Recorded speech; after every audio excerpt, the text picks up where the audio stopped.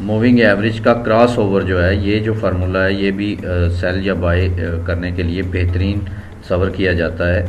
अगर आप चार्ट पर दो मुख्तलिफ वैल्यूज़ के मूविंग एवरेजेस लगा देंगे तो वो किसी न किसी मुकाम पर एक दूसरे को क्रॉस कर रहे होंगे, और ये क्रॉसिंग जो है नए ट्रेंड को ज़ाहिर करती है, और इसी को देखकर हम सेल या बाय करते हैं। सबसे पहले मैंने आपको ये बताया था कि 200 की मूविंग एवरेज जो है वो मेन ट्रेंड को ज़ाहिर करती है।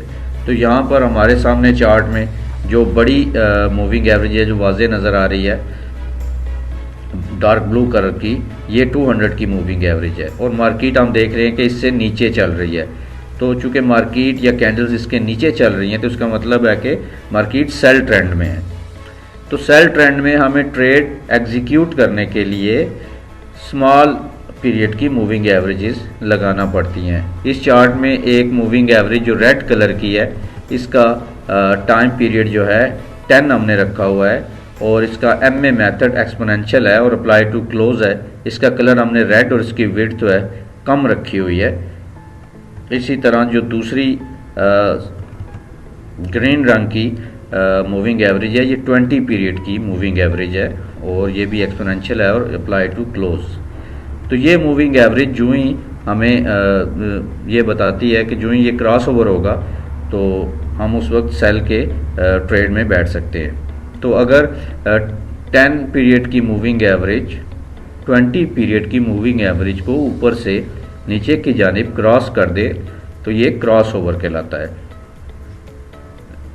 इस क्रॉस ओवर के बाद हमें ये मालूम तो है कि ट्रेंड जो है सेल का है, लेकिन इस क्रॉस ओवर के बाद हमें ये देखना चाहिए कि मूविंग एवरेज के दरमियान जो है वो फासला थोड़ा सा बढ़ जाए।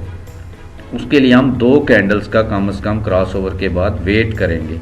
तो 2 कैंडल्स का वेट करने के बाद हम सेल की ट्रेड ले लेंगे, और स्टॉप लॉस जो है वो अगर 200 की मूविंग एवरेज करीब है तो उसके ऊपर रख देंगे, नहीं तो हम जहाँ पर इसका क्रॉस ओवर हुआ है उसके ऊपर एक कैंडल छोड़ के इसका स्टॉप लॉस रख के हम सेल की एंट्री ले सकते हैं।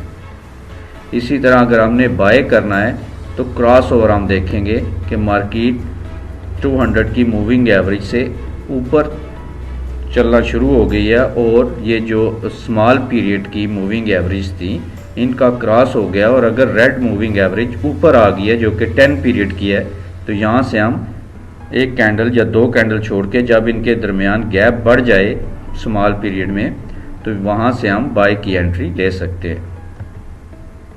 ये डे ट्रेडिंग के लिए बहुत ही अच्छा मेथड है, और इसकी मदद से आप स्मॉल टाइम फ्रेम्स में जैसा H1 M30 में ट्रेड ले सकते हैं।